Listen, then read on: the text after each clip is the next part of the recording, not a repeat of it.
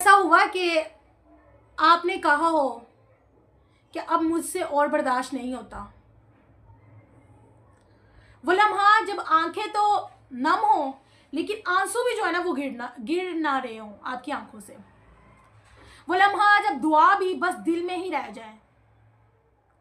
अगर आप इस मरने से गुजर रहे हैं तो ये वीडियो आपके लिए है। सब्र आसान दिनों में नहीं आजमाया जाता।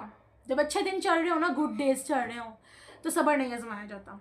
टू बी ऑनेस्ट गाइस, सब्र तब आजमाया जाता है जब सब कुछ आपके खिलाफ हो।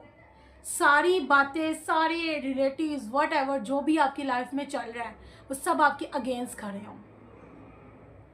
जब लोग बदल जाएं, हालात जो है थका दें आपको, हर चीज़ करके आपने देख ली लेकिन फिर भी आपको रिजल्ट नहीं मिल रहा ठीक है, या मतलब कि तब सब्र तब बेसिकली आजमाया जाता है जब आपकी सारी अटैम्प्ट और सारी एफर्ट्स के बाद भी जो है ना आपको उसका आउटपुट नहीं मिल रहा, आपको इसका रिजल्ट मिल रहा, बेसिकली तब आपका सब्र